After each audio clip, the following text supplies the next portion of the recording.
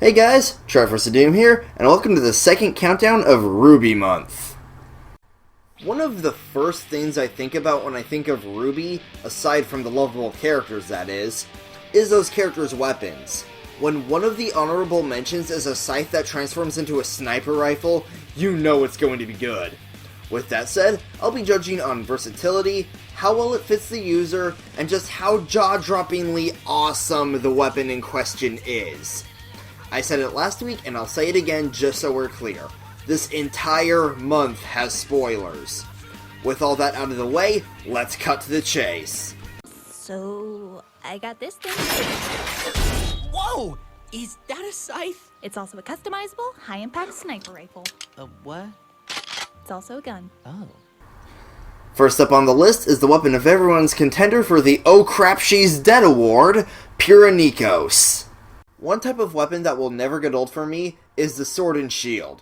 It's a classic that holds up really well, and Pyrrho decided that she wasn't just going to have a sword and shield. She got the awesome thought, why not have my sword turn into a freaking javelin? It's simple, but awesome. And since this is RWBY, it's also a gun. Specifically, a rifle. She can even use her shield as more than just defense. She also uses it as an offensive option a la Captain America, courtesy of her semblance. It's a solid weapon set that I wish I could have seen more of. Rest in peace, Pyrrha. A what? It's also a gun. Oh. So, fun fact, water is one of my favorite elements. I always pick the water starter, blue is one of the contenders for favorite color, and Poseidon is one of my favorite Greek gods. So go figure that the dude named after his Roman counterpart has an awesome weapon. Unlike most weapons in RWBY, the gun form is actually the base form. It does have melee options as well by turning into a Guandao and a Trident, and all three forms use electricity in some way. Overall, it's a really cool weapon that makes for quite the shocking victories. No. Well earned. What you said is stupid. Now if only Neptune could get over his fear of water. A what? It's also a gun. Oh. Is this cheating? This might be cheating. Screw it, my list. In the episode Breach, Velvet was denied the chance to show off her weapon, leaving me, and many other fans, wondering just what it was. Lo and behold, it's a camera that can create copies of any weapons she takes a picture of. Of course, there is some balancing. Each picture gets one use, meaning she has to build up ammo over time.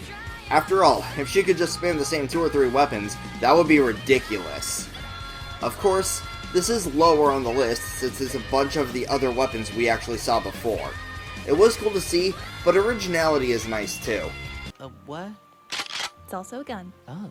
Sorry Tai, my waifu now. If the previous statement wasn't a good clue, Yane is my favorite of Team RWBY. Her weapon, Ember Celica, is one of those reasons. We all have those moments where we just want to punch something or someone really hard. And these awesome gauntlets let you do that at a range. To fit with Yane's fiery personality, her gauntlets double as shotguns that shoot fire dust. And it is awesome! However, these weapons are still relatively short range compared to basically any weapon but Jean's, so it does lose points in that regard. Even still, you do not want to get punched by someone wearing these. A what? It's also a gun. Oh. Nora, just hit him with the hammer. Got it. Wait. What?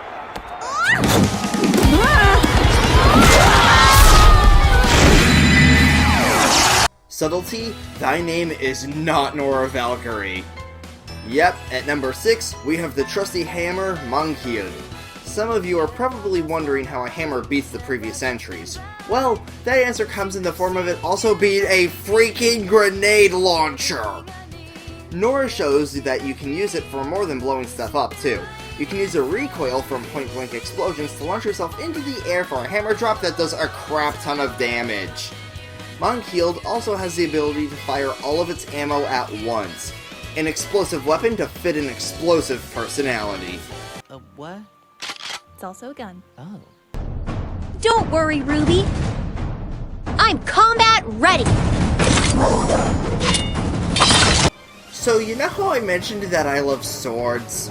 Well, Penny has the ability to use wire to control a bunch of them at once. These swords are really cool looking and absurdly sharp. Penny can puncture airships with them. It's simple, but oh so effective. The fact that she can basically make them float can lead to some mind games as well. I want these swords so bad. A what? It's also a gun. Oh. Why do the drunks always have awesome weapons in these shows? At number 4, we have Crow's weapon. This thing is a sword, scythe, and shotgun all in one. It's basically an upgraded version of Ruby's Crescent Rose, which makes sense considering Crow built both. Not only do the different forms have varied uses, but the transformation process looks freaking cool. Especially when it goes from sword to scythe. I don't really know how else to put it aside from want! A what? It's also a gun. Oh. And now for a weapon that is just hilarious.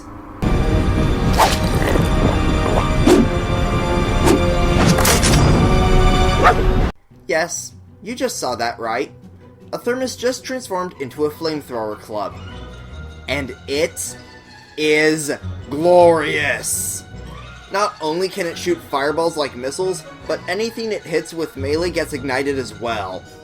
One of the best examples being turning the dog Zwei into a furry fireball of death. While it's shown to be useful, the absurdity of a thermos of all things being a weapon is one of the main reasons I love this thing so much. It really fits how hyper Oobleck himself can be. A what? It's also a gun. Oh. Alright, no more monkey business. What did I just say? Yep, at number 2, we have the weapons of choice for Sun Wukong, Ruyi-Bane and Jingu-Bane. So, what are they exactly? Simple. They are nunchucks that combine into a bow staff. Oh yeah, and they're also shotguns.